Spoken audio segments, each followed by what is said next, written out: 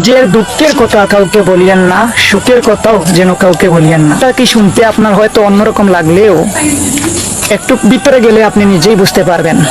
আপনি নিজে দুঃখ কষ্ট না সহ্য করতে পারে হালকা করার জন্য যাকে বলছেন, মনে রাখবেন তার কাছে কিন্তু আপনি কোনো না কোনো কারণে ছোট হয়ে যাচ্ছে। এমনও হতে পারে আপনার দুঃখের কথাগুলো শুনে আপনাকে বুঝ দিতেছে, সে কিন্তু পিছনে আপনাকে নিয়ে হাসি টাটকারি মস্কারি করতেছে। আপনি যাকে দুঃখের কথা বলে মনকে হালকা করার চেষ্টা করছেন, আপনার দুঃখের কথাটা কিন্তু সে বুঝবে না, কারণ তার সাথে তো সেটা ঘটেনি। এজন্য আপনাকে 3 মাস 4 মাস আঙ্গুল তুলে দেখাইতে পারে, সে কথাটা কুটা দিতে পারে। কথা বলেন ঠিক কিনা? তাই দুঃখের কথা বলে শান্তি নাই, সুখের কথা বলেও শান্তি নাই। তাই আপনি বলবেন সুখের কথা বলবো না কেন ভাইয়া? তাই আমি কি বলি ভাই, এ কথা থেকে বিরত থাকেন।